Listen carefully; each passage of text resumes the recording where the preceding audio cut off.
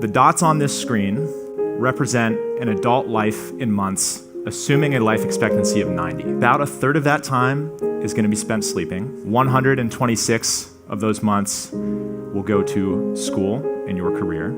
About 18 will be spent driving, 36 cooking and eating, 36 doing chores and errands, about 27 in the bathroom and taking care of personal hygiene. That leaves you with 334 months. The average 18-year-old is on pace to spend 93% of their remaining free time looking at a screen. That is the amount of free time we would be left with to pursue our passions, to do things we love, to travel, to enjoy life. When I saw that video, my mind was blown. But at that time, I was already on a self-improvement journey and I'd already got my screen time down. But it was just ridiculous to think that I was spending so much time on my screen, so much of my life was getting wasted. My daily morning routine was wake up, pick up my phone, scroll through Instagram reels for a couple of minutes, maybe even half an hour. Then lazily get out of bed and go brush my teeth, freshen up. But while I'm doing all of that, I'm still scrolling reels on my phone. And then I would go down, have breakfast, come back, and if I did not have any work for the morning, I would start scrolling reels again. If I could just watch myself, I would honestly be disgusted. And that's why I got on the self-improvement journey, and also I was able to bring my screen time down. The first couple of points are going to be practical tips you can do on a daily basis to get your screen time down. And the next couple of points are going to be a little bit deeper, focusing on the root of the problem.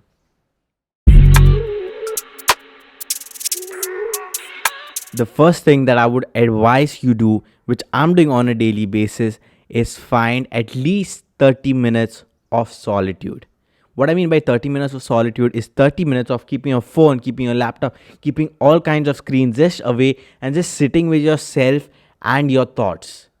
Now, this not only in the literal sense helps you keep yourself away from your screen, but because you're sitting by yourself only with your thoughts, your mind is getting accustomed to be okay without the screen and be satisfied and fulfilled with your own thoughts. So when you're alone, when you do not have access to a screen, you won't feel that urge that I'm feeling like a limb of my body is not there. I need to grab my phone. When you're training yourself on a daily basis to sit with yourself and nothing else, then your mind becomes comfortable with yourself. And that's something that we've lost in today's world with overstimulation. We cannot survive without our phones. It's almost become like it's the most important organ of our body. And the minute it's away from us, we get panicky, we get anxiety. We wonder where the hell is it? And that's why just start with 30 minutes of solitude. Just 30 minutes sitting with yourself and your thoughts. In the start, you might find it hard, but honestly, this has become the best time of the day for me. Just being with myself, with my thoughts. So just do this 30 minutes of solitude and it will be a step in the right direction. The next point is kind of a simple point. I wouldn't even classify it as a point. But if you're spending majority of your time on Instagram, it's because the algorithms have become so good at figuring out what to show you in order to get you hooked to their app. So much so that you forget about time, and it's only at the end that you realize, oh my God, I wasted so much time.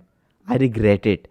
Now, the way you can stop these algorithms from taking control is you can go to Instagram settings and turn suggested content off. This way, your feed will not be filled with random rubbish. Instead, it will be filled with posts of people you actually follow and content you actually want to consume. So this is not a major tip, but it's like a minor tip, but it's an important one and makes a difference.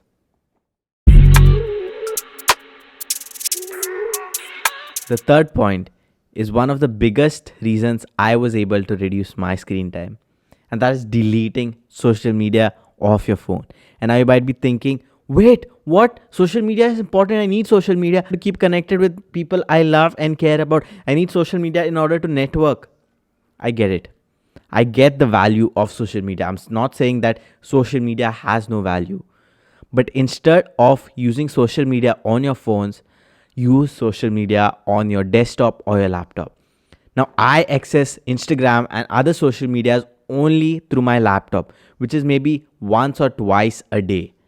And in that once or twice that I check Instagram, it's mostly to see messages or follow some of my friends' posts, but it's never to open the reel tabs and just keep scrolling. Because honestly, reels on your laptop, if you ever done it, it's freaking boring and not at all entertaining. So in the past 20 or 30 days that I've done this, I've not had an urge to even go to the Reels tab because it's just not fun. It just doesn't get me so addicted. And I'm able to use social media for the actual beneficial reasons that you are justifying in your mind for the reasons of having social media. But those reasons are not the actual reasons you're using. You're getting addicted. So instead, shift social media to your computer so you can use social media for those actual beneficial reasons and not let it take over your life. Now we are getting a little bit more deeper. Sorry for interrupting this video. This is not a sponsored part, neither do I have anything to sell. I just have a small request that if you're enjoying this video or you've seen any of my videos in the past and you found value, then please do consider hitting the subscribe button because that helps me out a lot and it helps pushing this channel to reach more people, and I would be eternally grateful. So if you could please hit that subscribe button, I'll give you 5 seconds. 5, 4, 3, 2, 1. Thank you. I appreciate that, and go back to enjoying the video. The next step that I want you to do is find something that you love and something that you're passionate about so that you can replace the time that you spend on social media doing this. Now, when I say find something to do, I'm not talking about your schoolwork or your job. I'm talking about finding something that brings you fulfillment that you absolutely enjoy doing. Because if you do not have this thing and you're just living a normal life and you stop social media, you're able to keep your phone down. After a while, you're going to find yourself bored, like with nothing to do. And you're going to instinctively pick up your phone and start scrolling through reels because you had nothing else to do or you had no more responsibilities. Instead, find something that you love doing. It can be fitness, it can be art, it can be a side project, a side hustle. You can start a business. Find something, anything.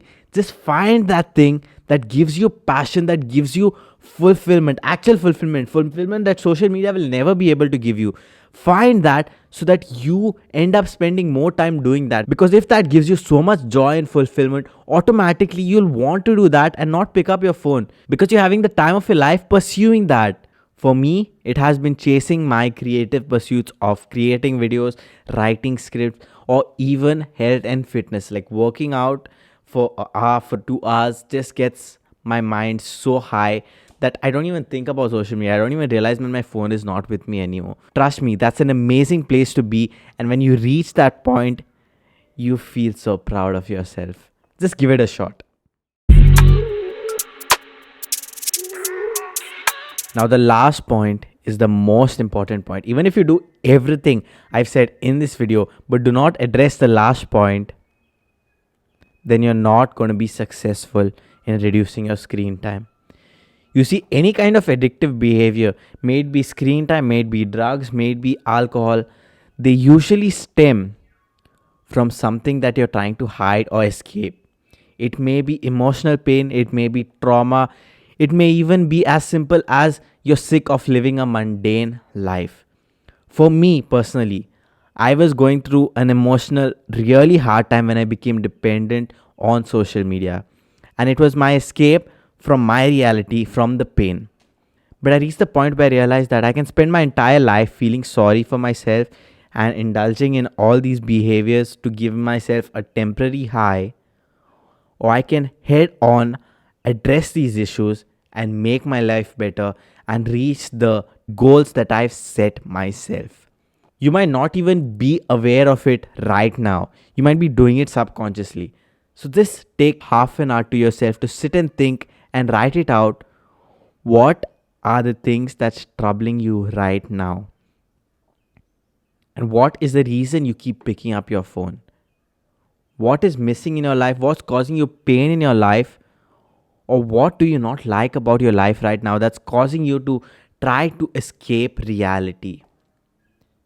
I know this is something that's easier said than done, but identifying the problem, becoming aware of it, and then finding and doing things to address the problem and to make your life better is the only way that you're actually going to go and move past it and become less dependent on other things. May it be social media, may it be food, may it be drugs, may it be alcohol, whatever it is. Find the root and find the thing that's really eating you from inside. And once you address that, there'll be no reason for you to try to escape reality. Instead, you'll actually love being in reality and enjoying life. So you'll not even want to pick up your phone and just keep scrolling mindlessly. Once you successfully can get your screen time down and you realize that you want to address other parts of your life such that you're able to achieve greatness and quit your average life, make sure you join me on the 5 to 500 challenge, where we are on a path to quitting our average life. So click this video right here and see you in there.